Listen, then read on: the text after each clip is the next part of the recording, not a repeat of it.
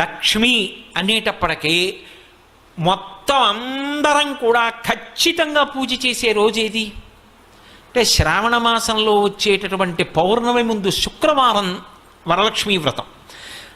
ఆ రోజు తిథితో సంబంధం లేదు, వారంతో సంబంధం. ఏ తిథి ఉంది, ద్వాదశి ఉందా, త్రయోదశి ఉందా, చతుర్దశి ఉందా, లేకపోతే ఏకాదశి ఉందా, పంచముందా, సప్తముందాతో సంబంధం లేదు.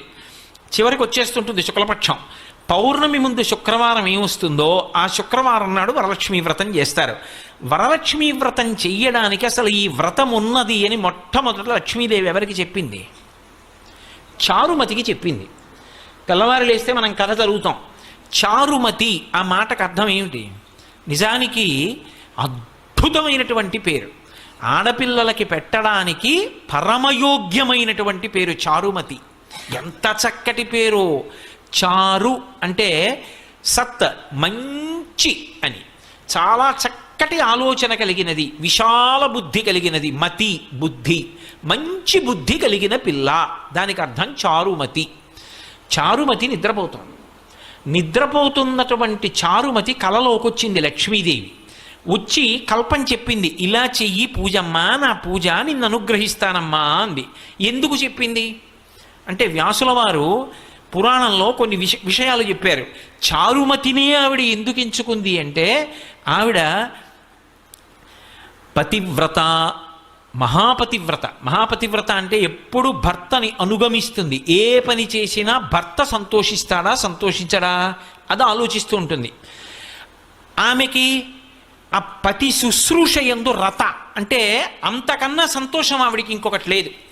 ఇంటి ఇల్లాలుగా 10 మందికి అన్నం పెట్టడంలో, 10 మందిని ఆదరించడంలో, ఆ ఇంటి యజమానికి కీర్తి తేవడంలో, ఆ ఇంటికి లక్ష్మీ కటాక్షం కల్పించడంలో ఒక ఇంటి ఇల్లాలికున్నటువంటి ప్రాముఖ్యత నిజానికి పురుషునికి లేదు. నేను పరమ సత్యం చెప్తున్నాను మీతో. పురుషుడిదా ఐశ్వర్యం, ఇంటి ఇల్లాలిదా అంటే ఐశ్వర్యము ఇల్లాలిదే. తెలిసి తెలియక అమాయకత్వంతో ఏదో తక్కువ అనుకుని మాట్లాడేస్తుంటారు. అసలు నిజానికి వాళ్ళకి వేసినంత పెద్దపీట పురుషుడికి శాస్త్రం వెయ్యలేదు. ఎందుచేత అంటే నా ఇంటికి ఒక అతిథి వచ్చాడు అనుకోండి, నా ఇంటికి అతిథి వస్తే ఆ అతిథి కడుపు నిండా అన్నం తిని వెళ్ళాడన్న తృప్తి నాకు దేని చేత కలుగుతుంది? నా పత్ని సంతోషంగా అన్నం వండి 4 పదార్థాలు చేసి వచ్చిన వాళ్ళకి కొసరి వడ్డించి కడుపు నిండా పెడితే ఆయన 4 మాటలు త్రేయించాడు అనుకోండి, ఆ త్రేణుపులు ఉన్నాయా అని వింటూ ఉంటాట పూజామందిరంలోంచి ఈశ్వరుడు.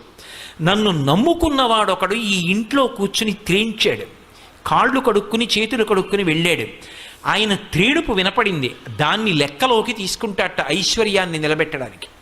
మనం తినడం కాదు, ఇంటికి వచ్చిన అతిథి త్రేయించి వెళ్ళాడా? మీరు చెప్పండి, అది నా చేతిలో ఉందా, నా భార్య చేతిలో ఉందా? నేను ఇన్ని ఉపన్యాసాలు చెప్పచ్చు. ఇంటికి వచ్చిన అతిథికి అన్నం, అయ్యా కూర్చోండి అన్నం వండుతానన్నాను అనుకోండి, ఆయన ఏమంటాడు? అయ్యో ఎందుకంటే ఏం పర్వాలేదు, నాకు వీళ్ళు కూడా తెలిసిన వాళ్ళు ఉన్నారు, తప్పకుండా రమ్మని నిగ్రహించారు, ఇంకొక మాట వస్తానులేండి అంటాడు. ఎందుకని? ఆవిడేమో కోపంగా అటు ఇటు తిరుగుతోంది అనుకోండి, రోజు ఎవడోడు వస్తాడు ఏమిటి పిచ్చి కూడా అని.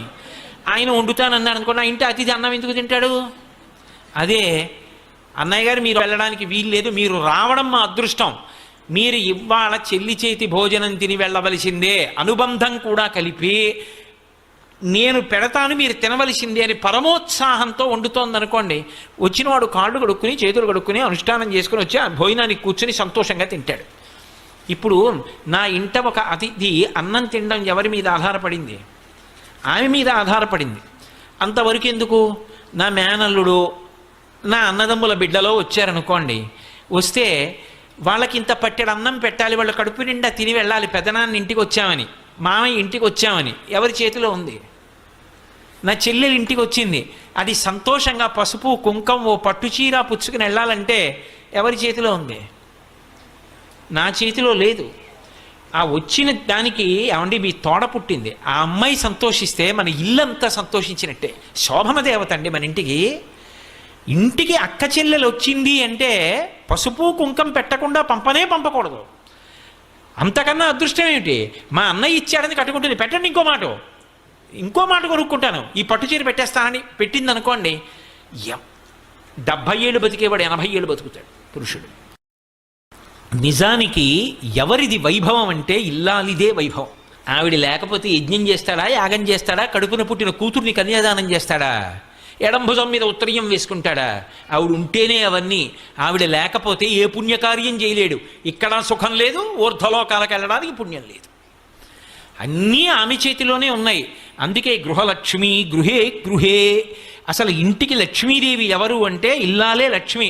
అందుకే పీటల మీదకి వెళ్ళినప్పుడు పెళ్లి కొడుకు నడిచి వెళ్ళిపోతాడు, పెళ్లి కూతురు నడిచి రాదు, పద్మంలో కూర్చోబెట్టి తీసుకొస్తారు. ఎందుకంటే ఆయన లక్ష్మి, ఆమె నడిచి రాకూడదు. మేనమామలు ఎత్తి తీసుకొస్తారు. అంత సుసంపన్నమైనటువంటి ధర్మం మంది. అటువంటి లక్షణములు కలిగినది చారుమతి కాబట్టి చారుమతికి లక్ష్మీదేవి కలలో కనపడింది.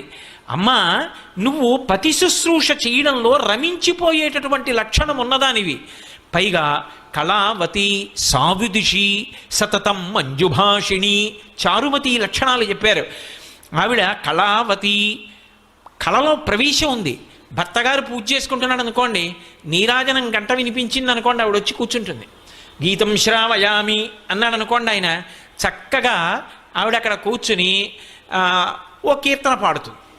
ఆవిడ కీర్తన పాడుతుంటే ఆయన అలా కూర్చుని అప్పటి వరకు పూజ చేసి ఉన్నాడు కదూ, కంజదలాయతాక్షి కామాక్షి అని పాడుతోంది అనుకోండి, ఆయన కళ్ళు మూసుకొని ఆ పాట వింటూ అప్పటి వరకు పూజ చేసి చేసి చేసి చేసి ఆర్ద్రతతో ఉన్నాడేమో. ఆ అమ్మవారు కుంజరగమని అంటే కామాక్షి శుక్రవార మంటపంలో అమ్మవారు నడిచి వెడుతుంటే కాళ్ళకి పెట్టుకున్న గజ్జెల చప్పుడు ఇక్కడ వింటూ మురిసిపోతాడు. ఇప్పుడు కళావతి, ఆవిడకో పాట వచ్చు, పాడింది. ఆవిడికి వీణ వాయించడం వచ్చు, ఇవాళ పాట పాడింది, రేపు వాద్యం ఘోషయామి, కాసేపు వీణ వాయిస్తుంది. ఆయన పూజలో పక్కనే అనుగమిస్తుంది. అనుగమించి ఆయనకి ఏం కావాలో ఆయన అడగక్కర్లేదు, అలా అందిస్తుంది. ఇద్దరూ కలిసి తరించిపోతారు. అందుకు చిటికిన వేలు పట్టుకు నడిచారు ఇద్దరు. అది జీవితంలో ఒక్కరోజు అలా అనుభవించింది లేదనుకోండి, ఏమి దాంపత్యం అని అలా దాంపత్యం. ఒక్కరోజు అలా కూర్చుని పూజ చెయ్యలేదు, అలా ఆయన అడగలేదు, ఆవిడ ఇవ్వలేదు. ఎందుకు ఇంకా అది, దానిలో ఏమి సంతోషం ఉంది అసలు? కాబట్టి కళావతి సావిదుషి, ఆమె మంచి ఆలోచన చెప్తుంది, పక్షపాత బుద్ధి లేదు. మా వాళ్ళు మీ వాళ్ళు అన్న బుద్ధితో ఉండదు, మంచి బుద్ధితో ఆలోచిస్తుంది. ఇవి చేస్తే మా ఆయన కీర్తి నిలబడుతుంది, ఆయన వృద్ధిలోకి వస్తారు, ఆయన ఆయువు నిలబడుతుంది. కాబట్టి నేను ఆయనకి ఈ సలహా చెప్పాలి. మంచి ఆలోచనలు చెప్తుంది. సావిదుషి సతతం మంజుభాషిణి, ఆమె ఏది మాట్లాడినా కర్కశంగా ఉండదు, పరమ మృదువుగా చిరునవ్వులు నవ్వుతూ చక్కగా మాట్లాడుతుంది. అందుకే అసలు ఒక ఇంటి లక్ష్మిదే ఏ కారణం చేత నిలబడుతుందో తెలుసా? నేను చెప్పట్లేదు ఈ మాట, మహాభారతంలో చెప్పిన మాట చెప్తున్నా. లక్ష్మీదేవి ఏ ఇంట స్థిర నివాసం ఉంటుంది అంటే, ఏ భార్య భర్త కీచులు అడుకోరో, అస్తమానం నింద చేసుకోరో. ఆయనకేం తెలుసండి, మా పుట్టింట్లో బోల్డన్ని పూజలు, కానీ ఆయనకేం తెలుసు, నన్ను చూసి నేను మా అత్తారింటికి వచ్చిన తర్వాత నమస్కారం పెట్టాలని నేర్చుకున్నారు అందనుకోండి. ఎందుకు ఆ పూజలన్నీ? ఈశ్వర స్వరూపుడైన భర్తను నింద చేసేదానికి. లక్ష్మీదేవి పూజ చేసి బయటికి వచ్చి భార్యని నింద చేశాడనుకోండి, ఎందుకు ఆ పూజ? నీ ఇంటి లక్ష్మి ఆవిడ సంతోషపడడానికి నువ్వు చేసిన లక్ష్మీ పూజ ఎవరికి పనికి వస్తుంది? వాళ్ళిద్దరూ ఉల్లాసంగా ఉన్నారనుకోండి, సంతోషంగా ఉన్నారనుకోండి, అంతకు మించిన లక్ష్మి ఇంకొకటి లేదు. అందుకే విశ్వనాథ సత్యనారాయణ గారి 1000 పడగ నవల్లో ఒక మరచెంబును అడ్డుపెట్టి దాంపత్యాన్ని చూపించారు. ఎంత ఉన్నది అని కాదు, ఆ ఉన్న రోజులు సంతోషం, ఆ లేని రోజులు మధురమైనటువంటి అనుభూతి. ఆ లేని రోజులు కూడా దాంపత్యంలో మధురమైన చిగురుటాకులు, అవి ఇప్పుడు పండిపోయి పచ్చగా అయిపోయి రాలిపోయి ఇప్పుడు పెద్ద వటవృక్షమై నిలబడ్డారు ఇద్దరు. ఆ చెట్టు కింద ఎందరో బాటసారులు సేద తీరుతున్నారు. కానీ వాళ్ళ అలా వృద్ధిలోకి రావడానికి కారణం వాళ్ళిద్దరి మధ్య ఉన్న అన్యోన్యత, ఆ సంతోషం, ఆ ప్రేమ, ఒకరి మీద ఒకరికి ఉన్నటువంటి ఆ నిండుతనం, దాని చేత లక్ష్మీదేవి నిలబడుతుంది తప్ప అసలు భార్యాభర్తలు ఇద్దరూ అస్తమానం దెబ్బలాడుకునే చోట లక్ష్మీదేవి నిలబడదు.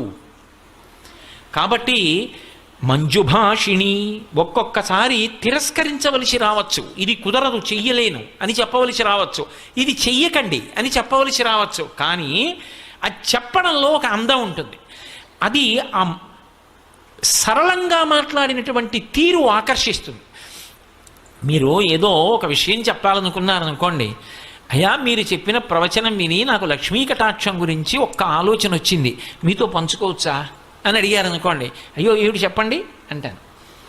మీరు చెప్పిన కన్నా ఇలా కూడా చెప్పచ్చు అనిపించింది అన్నారనుకోండి, నేను ఇప్పుడు పనిలో ఉన్నాను, మీరు తర్వాత మాట్లాడతారు కానీ అంటారు. మాట్లాడడంలో తేడా. మాట చేత దగ్గరికి చేరాలా, మాట చేత దూరంగా పోవాలా అన్నది నిర్ణయింపబడుతుంది. అందుకే ఆ మాట కూడా ఏమిటి అంటే లక్ష్మి. నీకు కటాక్షం ఎందుకు వచ్చింది? ఒకరికి దగ్గరయ్యావంటే మాట తీరు, ఒకరికి దూరంగా పోయావంటే మాట తీరు. కాబట్టి మంజువాదిని, ఆ మాట మాట్లాడడంలో, ఆ మంజులంగా మాట్లాడడం అనేటటువంటి లక్షణం ప్రత్యేకించి గృహిణికి ఎందుకు చెప్పారు అంటే, ఆటు పోటు షాక్ అబ్జార్బర్లు కార్లకే ఎందుకండి అంటే, అదే రహదారి మీద ఎడుతుంది, గోతుల్లో పడుతుంది కాబట్టి. ఇంట్లో తెల్లవారి లేస్తే ఎన్ని విషయాలో చక్కబెట్టేది ఎవరు అంటే ఇల్లాలు. అందుకని ఆమెకి సహనము చాలా ఎక్కువ అవసరం అవుతుందని అంత ఇబ్బందిలో కూడా అలా మాట్లాడగలగడం ఆవిడ గొప్పతనం. మంజుభాషిణి, ఆవిడ పేరు చెప్తే ఆమెని కన్న తల్లిదండ్రులు, ఆమె అత్తగారు మామగారు కూడా మురిసిపోతారట.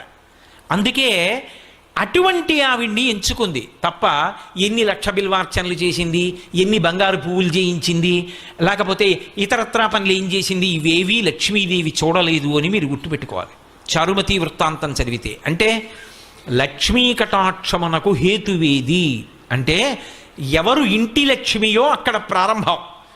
ఇప్పుడు ఆవిడ వరలక్ష్మీ వ్రతం ఇలా చెయ్యమ్మా అని చెప్పింది. వరలక్ష్మీ వ్రతం ఇలా చెయ్యమ్మా అని చెప్తే చారుమతి ఏం చేయాలి? భర్తను లోపలికి పిలిచి, ఏమండో రాత్రి లక్ష్మీదేవి కల్లోకి వచ్చింది, మన ఇంటికి వస్తానంటోంది, వ్రతం చేయమని చెప్పింది, ఈ సంబారాలు పట్టరండి, ఎవరన్నా అడిగితే చెప్పకండి, ఎందుకోను ఏదో పని ఉంది మా ఆవిడ ఏదో చేసుకుంటుంటని చెప్పి తెచ్చేసేయండి, అందరికీ తెలిసిపోతే వాళ్ళకు కూడా లక్ష్మీ కటాక్షం వస్తుంది అనుకోండి. అందనుకోండి ఆవిడ చారుమతి కాదు, మహాస్వార్థపరురాలు. మీరు చారుమతి వృత్తాంతం వరలక్ష్మీ వ్రతం కథ చదివినప్పుడు మీకు ఒకటి కనిపిస్తుంది. చారుమతికి లక్ష్మీదేవి కనపడి చెప్తే చారుమతి చేసిందా, చారుమతి ఇతర ఇల్లాళ్లతో కలిసి చేసిందా? అందరితో కలిసి చేసింది ప్రదక్షిణం, అందరికీ ఆమె ఆభరణాలు. అంటే తనకే ఉండాలన్న లక్షణమా, అందరికీ ఉండాలన్న లక్షణమా? ఆ సద్బుద్ధి మొదటి లక్ష్మి. అది ప్రసాదము. ఈ ప్రసాదమునకు హేతువు పాత్రత. ఈ పాత్రతగా చెప్పడమే వరలక్ష్మీ వ్రతం యొక్క కథ. అంతేగాని కథ గడగడగడగడగడ చదివేసి ఎంత నగ చేయించాం, ఎన్ని తులాలు తెచ్చాం, దానికి ఎక్కువ ప్రాధాన్యత ఇస్తే లక్ష్మీ కటాక్షం ఉంటుంది అని నేను చెప్పడం సాహసమేమో. కాబట్టి పాత్రత నిలబడము అంటే అసలు ఆ బుద్ధి కలగడం. ఆ బుద్ధి ఆవిడ అనుగ్రహంతో కలగాలి. ఆవిడ అనుగ్రహం కలగాలంటే ఒక్క నమస్కారం చాలు ఆవిడికి, పెడితే ఆవిడ అనుగ్రహాన్ని ఇస్తుంది. ఇప్పుడు ఆ పాత్రత కలిగితే ఆవిడ వర్షిస్తుంది. ఈ ప్రసాద బుద్ధి పోయిందనుకోండి, ఇన్ని అనుభవిస్తూ ఒక రోజున ఇవన్నీ నేను సంపాదించినవే, భగవంతుడన్న వాడి స్థానం పోయింది అక్కడ. ఆవిడ అనుగ్రహం ఇంత పైకి ఎత్తింది అని అనలేకపోయాడు. అనలేకపోతే ఆవిడ ఏం చేస్తుందంటే, నువ్వే సంపాదించావు కదూ, ఏది నీ ప్రయత్నమే చేయి వస్తుందేమో అంటుంది. ఇప్పుడు సిరిదా వచ్చిన వచ్చును సలలితముగ నారికేళ సలిలము భంగిన్, సిరిదా పోయిన పోవును కరివెంగిన వెలగపండు కరణిని సుమతి. అప్పుడు బుద్ధి చెప్తుంది. ఇదే విషయాన్ని పురాణంలో భూతద్దంలో పెట్టి జరిగిన కథని చూపిస్తారు మీకు. అందుకే చూడండి, దేవేంద్రుడు అంతకన్నా లక్ష్మీ కటాక్షం ఉన్నవాడిని ఇంకోటిని చెప్పరు. అంత లక్ష్మీ కటాక్షం ఉన్నటువంటి దేవేంద్రుడు ఒకానొకప్పుడు ఐరావతం మీద వెళ్ళిపోతున్నాడు. వెళ్ళిపోతున్నప్పుడు దుర్వాసో మహర్షి ఎదురుగుండా వచ్చారు. మహానుభావుడైన గొప్ప ఉపాసకుడు, తెల్లవారి లేస్తే భగవంతుణ్ణి అర్చించగలిగినవాడు, భగవంతుని యొక్క అనుగ్రహానికి పాత్రుడైనవాడు.